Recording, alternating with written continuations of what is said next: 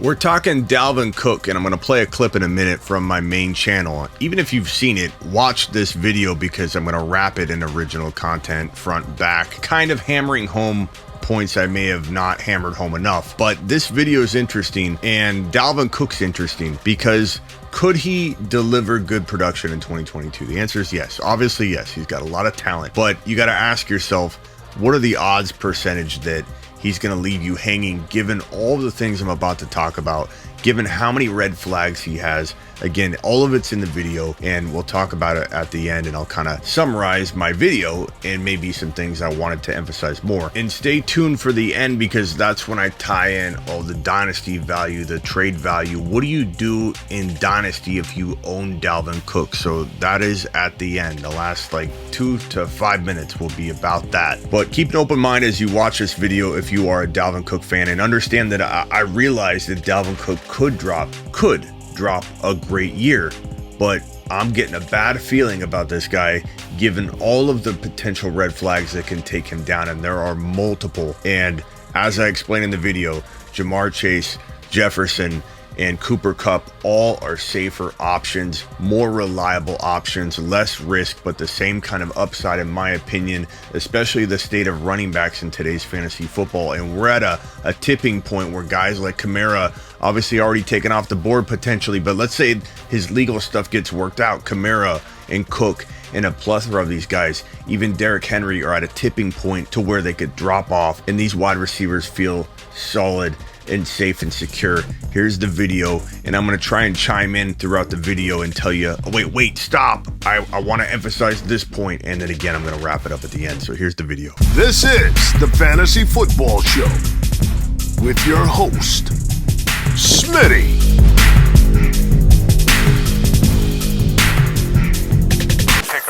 Outside of Derrick Henry and Barkley and Cam Akers and the usual suspects that I said to avoid last year, I'm going to give you a new avoid for 2022. And a lot of people aren't going to be happy about it. In 2022, I will be avoiding Dalvin Cook, no matter where his ADP might fluctuate in round 1. He's a total avoid. You cuff him to Madison, everything's going to be okay. While it's very smart to cuff Madison to Cook, in fact, it's not smart, it's vital. It is ridiculous, irresponsible, reckless, and self-sabotage if you don't cuff the two together and you go down the road that is Dalvin Cook 2022. But I say this, why not go with a player you believe in? Maybe you don't believe this, Bob, and that's okay, but I do. And I know a lot of you do too. You just need a nudge. But why not go down the road of taking a player like Jamar Chase or Justin Jefferson instead of Dalvin Cook and get Alexander Madison anyway, who will be near free in the 8th or 9th or 10th or whatever round he ends up going in. Best of both worlds. I know a lot of people think, and I don't mean to interrupt, but a lot of people think that you can just cuff the situation like I've always said, and I've been a big proponent of, if you cuff Dalvin Cook, you're completely safe. It's like a top 5 running back no matter what. And that was the case, and I'm not saying it can't still be the case. Again, back to the odds percentage, Dalvin Cook has a certain percentage he could work out and a certain percentage he won't work out. And I just feel this year, as I'm going to elaborate on, that the percentage of him not working out has just gotten a whole lot greater. So owning Madison and a Jamar Chase could be way more valuable than having the Kupp situation, because Jamar's going to get what I think is going to be equivalent point production to Dalvin Cook. So why not, if we feel like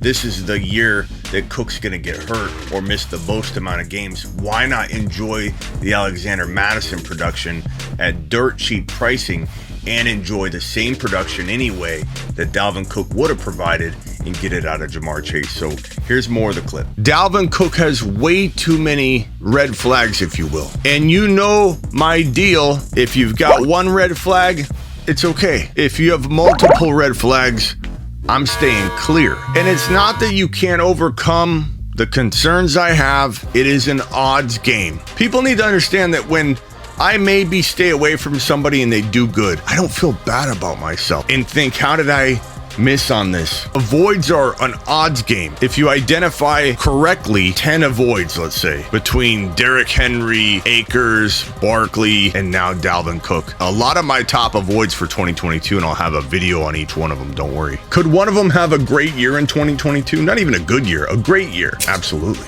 When you can avoid big risk in a logical way, and 8 times out of 10, those were all really good avoids. But was I too gun shy on Joe Mixon? Yeah, I was. And that is a miss. But do I regret it? No, because I still drafted players I liked as much that did as well as Joe Mixon where Joe Mixon was getting taken. People need to understand you're not missing and losing all those points when you avoid a player and they defy the odds that you stacked against them. You're still drafting a player you like an awful lot right in place of that player. And even if you're wrong, it doesn't mean you're gonna be wrong because you might have the same amount of points because you bought a guy you believed in a little more. It's an odds game. Jamar Chase over Dalvin Cook every time. Justin Jefferson over Dalvin Cook every single time. I get the scarcity of the running back argument. I get it. I understand it. And I know nobody's going to let it go. If you're running back person or a running back wide receiver, you will never draft a wide receiver in round 1. If that is you, I get it. I'm not going to change your mind. But it is not wise to draft a position. It is wise to draft a player. This goes back to best player available, the only approach I live and die by. And no, this doesn't eliminate going running back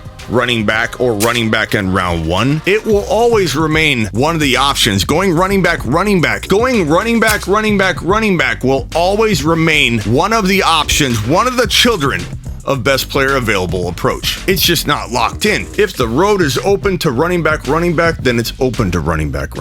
Best player available isn't for everybody. It isn't for the person that's going to have anxiety when they have to try and fill a void. Even though they have the best possible scoring options at every other position, but they're void. They still freak out. They'd rather have running backs they don't even like that they now have to cheer for, and mediocre receivers that can't hang and hate their team, but be like, oh, I drafted a spreadsheet team according to the numbers. It should be there at the end of the year. I don't play that way. Neither should you. I'm here to help you fill a void. If you go wide receiver, running back, and you're scarce at running back, but you're loaded everywhere else, the show is designed to help you fill that void. My content is here for you to help you have a team at the end of the year. People say, wow, how did he get that team? You can't draft that team over again because you have an Eli Mitchell starting for you. My number 1 waiver wire ad for all of 2021, and a guy that you should have drafted anyway because he was a big breakout sleeper that I said draft Sermon and Mitchell together every single time you draft Sermon. Because if Sermon didn't work out, who I was high on, and I love when people say, you busted on Sermon, Smitty. Go watch the replay. Almost every time I mention drafting Sermon,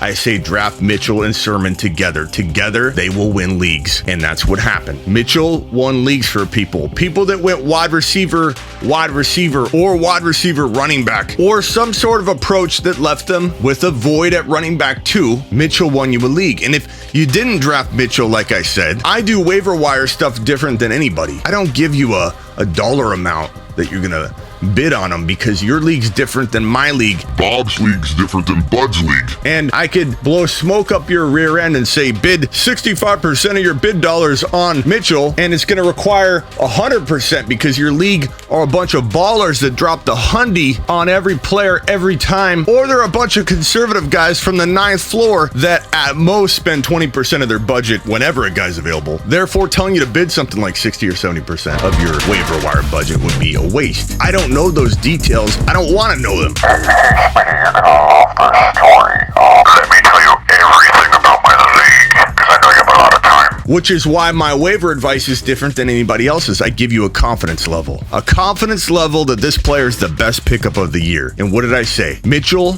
I had a confidence level that he was an 8 or a 9 out of 10, in my opinion, at the time of week 1, of being the best waiver wire grab of the entire year. I will always give you a rating, a scale of 1 to 10, on the likelihood being the best pickup of the year, to give you an idea of whether you should invest the amount of dollars it will take in your specific situation on a guy that can maybe win you a league. Do you put it all on the line for him? Only you're going to know what it's going to take. The question is, for me to answer, is he worth the big reach, the big swing, dropping the big load drop? Is he worth it? That's my job. Your job is to know what the right amount would be. My job is to nudge you in the direction of the player that is worth all of the load droppage.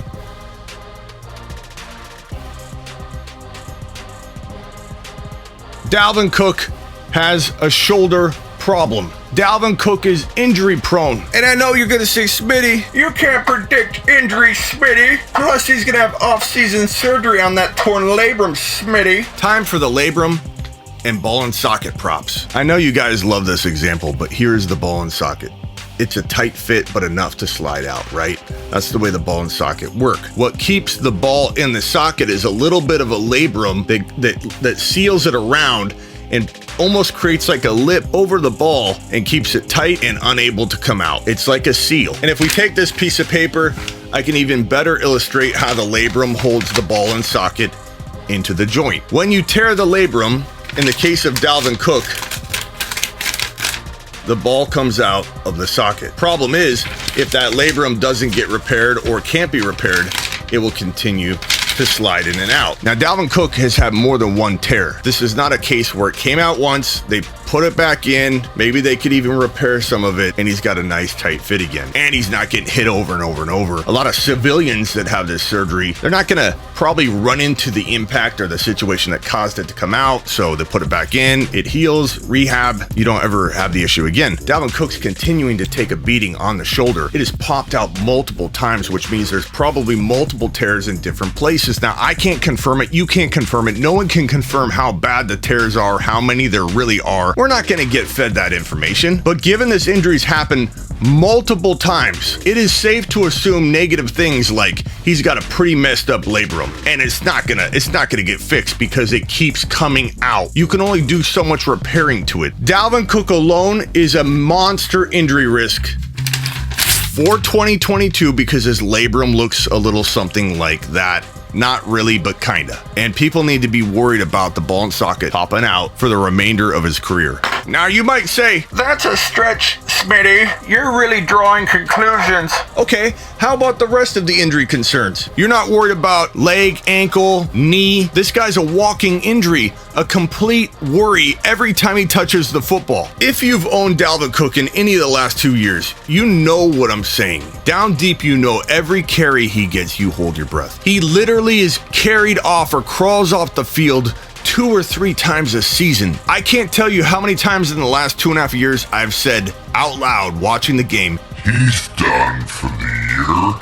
the injury concerns go deeper than the shoulder. He feels almost like a lock to miss games, multiple games, and he's also had a ton of mileage. A dip in talent is coming the next 1, 2, or 3 years. Mix in the injury concerns, and I'm not going to be wanting to hold the bag any of the next couple of years. Not when you're talking about a Jamar Chase or a Justin Jefferson or an elite wide receiver that could be the #1 wide receiver in fantasy football, even Cooper Kupp. Give me that guaranteed wide receiver, a lot less likely to get hurt. Everybody has a risk of getting hurt, but these guys have a lot less risk of getting hurt at the wide receiver position, not taking the beating that a running back's taking, and they don't have the injury risk that Dalvin Cook has. That's red flag 1, 2, and 3. Another flag, all on its own, his off the field issues are not gone. They're dormant. We don't know what's going on with them, but things could get worse with one released video clip or audio clip or witness. This situation kind of went away, but with the Alvin Kamara situation popping up, who knows what's going to ignite another Dalvin Cook scenario or a witness in that situation. And I'm not saying he's guilty or innocent. We don't really know the whole story, but I think it's safe to say there's probably blame on both sides, and bad things could emerge. And there was a real threat that he be done for the year when this first came out. People need to remember this was not some small time situation being described and Dalvin Cook was, oh yeah, he'll be fine.